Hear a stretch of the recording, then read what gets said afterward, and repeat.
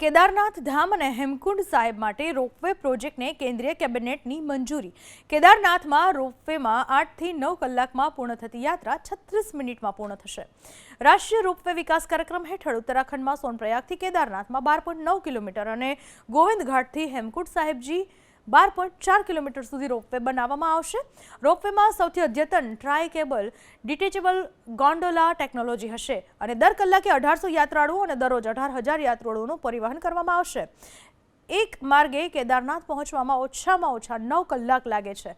એકવાર રોપવે બની ગયા પછી આ મુસાફરી 36 મિનિટમાં પૂરી થઈ શકશે। કેદારનાથમાં રોપવેમાં 8 થી 9 કલાકમાં પૂર્ણ થતી યાત્રા 36 મિનિટમાં પૂર્ણ થશે।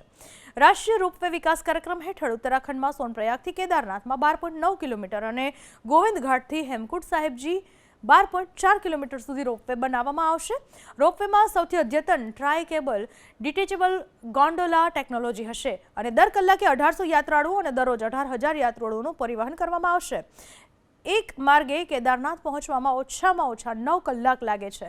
એકવાર રોપવે બની ગયા પછી આ મુસાફરી 36 મિનિટમાં પૂરી થઈ શકશે।